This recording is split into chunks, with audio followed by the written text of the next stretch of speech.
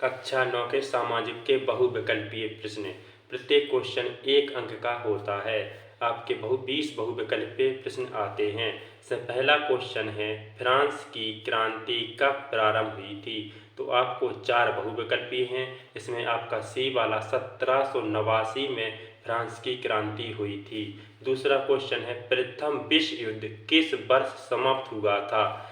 तो इसमें correct answer होगा आपका प्रथम विश्व युद्ध 1918 में समाप्त हुआ था। जो 1914 से प्रारंभ होता है, 1918 में समाप्त होता है। निम्न में से कौन सी व्यावसायिक फसल नहीं है? तो कपास, गेहूं, गन्ना ये आपकी व्यावसायिक फसल हैं। तो इनमें से आंसर होगा कोई नहीं। कर्क रेखा किस राज्य से नहीं गुजरती है? तो कर्क रेखा उड़ीसा से नहीं गुजरती है। पांचवा क्वेश्चन है, क्षेत्रफल की दृष्टि से सबसे बड़ा राज्य कौन सा है? तो क्षेत्रफल की दृष्टि से राजस्थान सबसे बड़ा राज्य है। छठवां क्वेश्चन है, एक स्थलीय भाग जो 3 ओर से समुद्र से घिरा है तो उसे क्या कहते हैं? प्रायद्वीप कहते हैं। उसे क्या कहते हैं? प्रायद्वीप। माउंट एवरेस्ट की ऊंचाई है तो माउंट एवरेस्ट की ऊंचाई 8,848 मीटर है। आठवां क्वेश्चन है, बुलर झील किस राज्य में स्थित है? तो बुलर झील जम्मू कश्मीर में स्थित है। नौवां, किस स्थान में विश्व में सबसे अधिक वर्षा होती है? तो सबसे अधिक वर्षा मानसराम में होती है जो मेघालय में है। किस राज्य में सुंदरवन स्थित है? तो पश्चिम बंगाल में सुंदरवन स्थित है जो गंगा नदी से बनता है। भारत का क्षेत्रफल विश्व का कितने प्रतिशत है? तो भारत का क्षेत्रफल विश्व का 2.4% है। जो भारत का कुल क्षेत्रफल होता है 32,87,262 वर्ग किलोमीटर।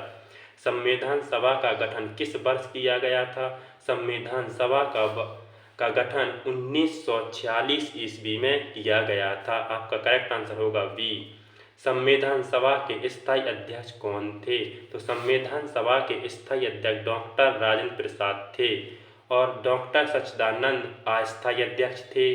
पंडित जवाहरलाल नेहरू ने उद्देश्य का प्रस्ताव पेश की थी और BN राव संविधान के सलाहकार थे। वर्तमान में मतदान बनने के लिए न्यूनतम आयु कितनी है? तो वर्तमान में मतदान बनने के लिए न्यूनतम आयु 18 वर्ष है।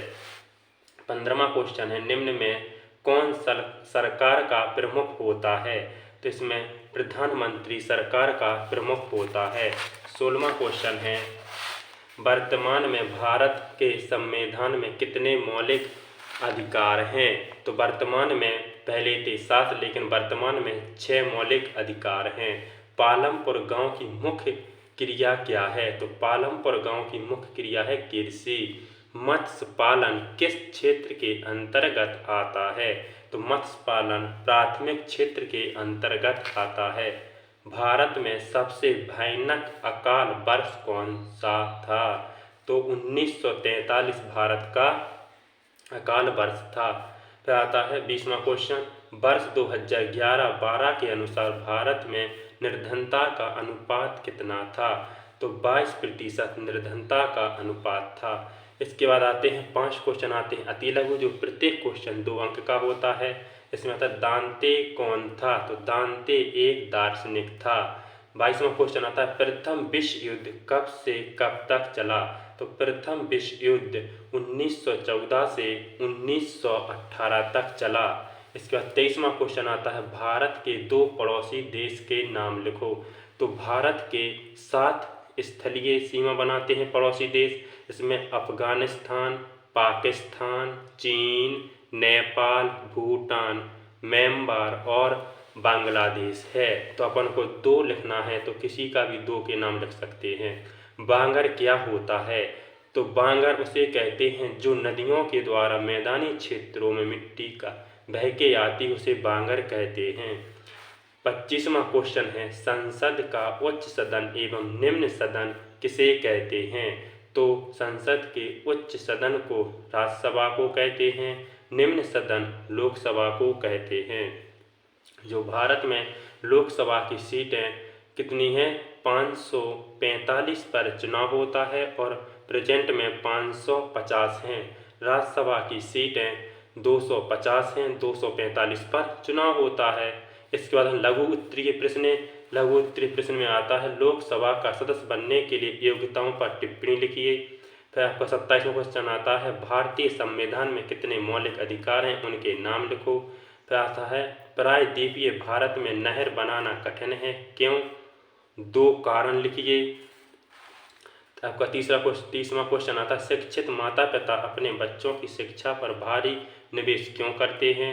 फिर आते हैं दीर्घ उत्तरीय प्रश्न जो 5 अंक का होता है। भारत में मानसून की तैयारी तथा पूर्वानुमान की व्याख्या करें। राष्ट्रपति कौन होता है, इसका निर्वाचन कैसे होता है तथा इसकी शक्तियों का वर्णन कीजिए। फिर आता है हिटलर की महिलाओं के प्रति नीति की व्याख्या कीजिए। भारतीय संविधान के अनुच्छेद 19 के अंतर्गत कौन सी स्वतंत्रताएं आती हैं। इसी प्रकार के आपको वीडियो देखने के लिए इस चैनल को सब्सक्राइब करें और वीडियो अच्छी लगी हो तो लाइक करें।